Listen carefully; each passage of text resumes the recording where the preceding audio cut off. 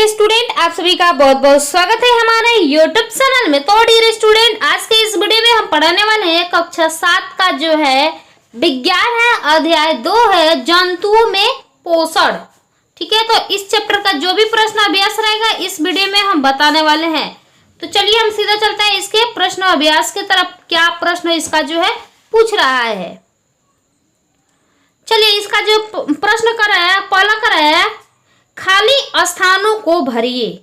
ये में कर रहा है मानव शरीर की सबसे बड़ी ग्रंथि है, कौन सी है? यकृत है। अगला है मनुष्य में भोजन का पाचन डैश डैश से शुरू होकर डैश डैश में पूरा होता है। तो यहाँ पे मुख गुहिका, ठीक है। उसके बाद से यहाँ पे लिखेगा बड़ी आंत, ठीक है। अमाशय में हाइड्रोक्लोरिक अम्ल एवं डैश डैश का स्राव होता है तो भोजन पर क्रिया करते हैं। तो क्या यहाँ पे लिखिएगा पाचक रस, ठीक है, पाचक रस। चलिए मनुष्य में पोषण के मुख्य चरण dash dash dash dash dash dash और डैश डैश है, ठीक है। इनमें है अमीबा अपने भोजन को डैश डैश की सहायता से ग्रहण करता है। तो यहाँ पे लिखेगा पादप, ठीक है। चलिए आगे देख लेते हैं, आगे जो क्या कर रहा है सही विकल्प पर सही का निशान लगाए, ठीक है। कौन ए में करे कुतरने में सहायक करने वाला दांत को क्या कहते हैं? कृंतक, कृंतक, ठीक है, कृंतक कहते, ठीक है। उसके बाद से बी में कर रहा है लार मड यानी स्टार्च को बदलता है, क्या बदलता है? ग्लूकोज, ठीक है। चलिए पीत का रस का स्राव होता है, कहाँ होता है? यकृत में, अग्नाशय में, अमाशय में, छोटी आंत में। तो यहाँ पे यकृत में। वसा का पूर्ण रूपेण पाचन होता है अमाशय में, अग्नाशय में, बड़ी आंत में, छोटी आंत में। तो यहाँ पे लिखिएगा छोटी आंत में, ठीक है। उसके बाद से कर रहा है जल का अवशोषण मुख्यतः होता है ग्रासिका, बड़ी आंत, छोटी आंत, अमाशय। तो यहाँ पे जो है बड़ी आंत सही है। चलिए यहाँ पे जो है और कह रहा है सत्य और असत्य कथनों का चिन्ह लगाए। अमाशय में हाइड्रोक्लोरिक अम्ल का स्राव होता है, तो ये क्या है? सत्य है। पीत रस से प्रोटीन का पाचन होता है, क्या है? असत्य है, ठीक है। चलिए अब आगे देखते हैं।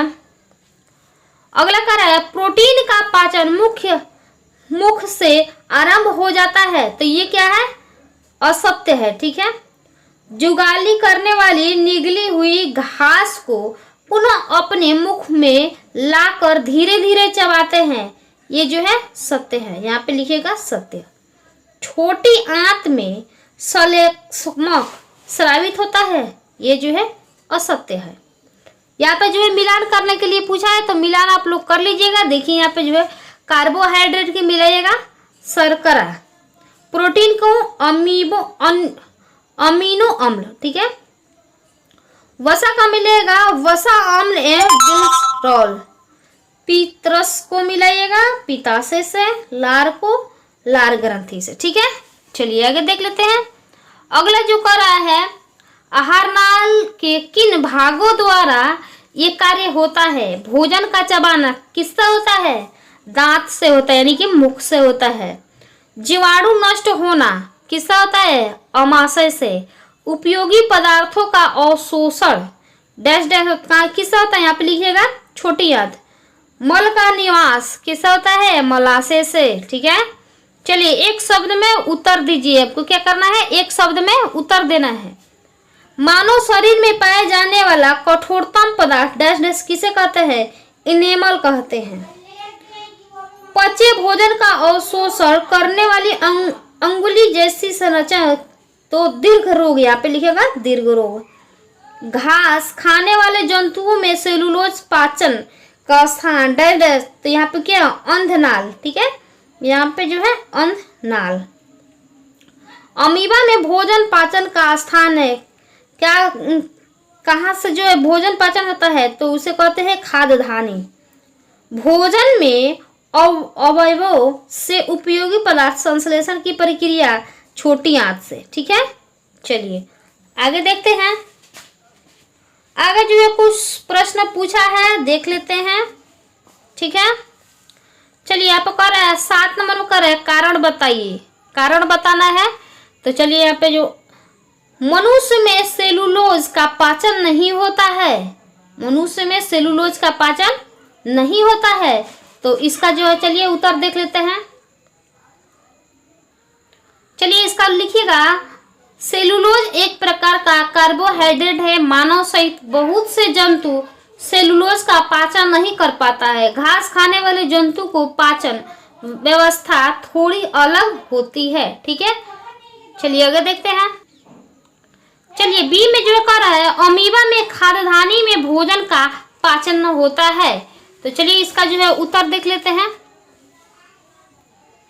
चलिए बी का उत्तर देखिए, क्योंकि अमीबा एक कोशिकीय जीव है, उसमें भोजन के पाचन के लिए विशेष अंग नहीं होते हैं। कूटपात से भोजन पकड़ता है और खाद्यान्नी में पाचन करता है। ठीक है, चलिए जो है अगला जो है प्रश्न देख लेते हैं।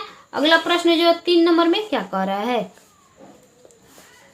सी में कह रहा है, वायु नली तथा भोजन नली का संबंध ग्रासनी से होता है, फिर भी भोजन वायु नली में नहीं जाता है। ठीक है, चलिए इसका उत्तर देख लेते हैं। चलिए इसका उत्तर यहाँ से यहाँ तक जो है लिखिएगा, श्वास नली की ओर क्यों नहीं जाता है। वास्तव में श्वास नली के ऊपर एक मांसल संरचना होती है जिसे एपिग्लोटिस कहते हैं। यह वाल्व का काम करती है। जब हम भोजन ग्रहण करते हैं तो यह श्वास नली को ढक देती है तथा भोजन नली में चला जाता है। लेकिन कभी कभी ऐसी स्थिति उत्पन्न हो जाती है, खासकर तब आप तेजी से खाते हैं, खाते समय बातें करते हैं, अचानक खांसी, छींक या हिचकी आती है, आप घुटन महसूस करते हैं। ऐसे संयोगवश भोजन कणों के श्वास नली में प्रवेश के कारण होता है। ठीक है, चलिए यहाँ पे 8 नंबर का है, छोटी आंत में किन ग्रंथियों के स्राव आते हैं, पाचन में उनकी क्या भूमिका है। चलिए इसका उत्तर लिखिएगा, यकृत से प्राप्त स्राव, अग्नाशय से प्राप्त स्राव, छोटी आंत की दीवारों से प्राप्त स्राव। ठीक है, यहाँ से लेकर, ठीक है, यहाँ से लेकर यहाँ तक आपको जो है इसका आंसर लिखना है। ठीक है, यहाँ से लिखिएगा और यहाँ तक। ठीक है, चलिए हम अगले वीडियो में जो है बताएंगे 9, 10, 11, नहीं तो इसका जो है बहुत ज़्यादा लंबा प्रोसेस हो जाएगा। तो चलिए यहाँ पे जो हम तीनों का जो है शॉर्ट फॉर्म में बता देते हैं, आप लोग वहां से कर सकते हैं। चलिए थोड़ा सा और समय लगेगा। 9 नंबर देख लेते हैं, अमीबा में पोषण की प्रक्रिया मानव से भिन्न है कैसे। यहाँ पे थोड़ा सा लिख लीजिएगा, मानव बहुकोषीय जीव है जबकि अमीबा एक कोशिकीय जीव है। मानव में भोजन कई चरणों में, जैसे मुख्य गुहा से, ग्रासनली, आमाशय, छोटी आंत, मलाशय और गुदा से होता है। ठीक है, चलिए इसका 10 नंबर देख लेते हैं आप क्वेश्चन। 10 नंबर में जो कह रहे हैं, मनुष्य में पाए जाने वाले दांत तथा उनके कार्य लिखिए। चलिए आपकी किताब में दिखा देते हैं। चलिए यहाँ पे जो है आपके जो है दांत कितने प्रकार के हैं दिया गया है, 1, 2, 3, 4, यानी कि दांत 4 प्रकार के हैं। यहाँ से आपको यहाँ तक कर लेना है। ठीक है, यहाँ पे लिखा है, दांत का कार्य भी लिखा है। ठीक है, चलिए हम आगे देखते हैं। चलिए नामांकन चित्र बनाना है, 11 नंबर का ये उत्तर है, लिख लीजिएगा। तो चलिए अब फिर मिलता है अगले इंटरेस्टिंग वीडियो में, तब तक के लिए हमारे चैनल से जुड़े रहें। Thank you for watching my video को एंड तक देखने के लिए बहुत बहुत धन्यवाद।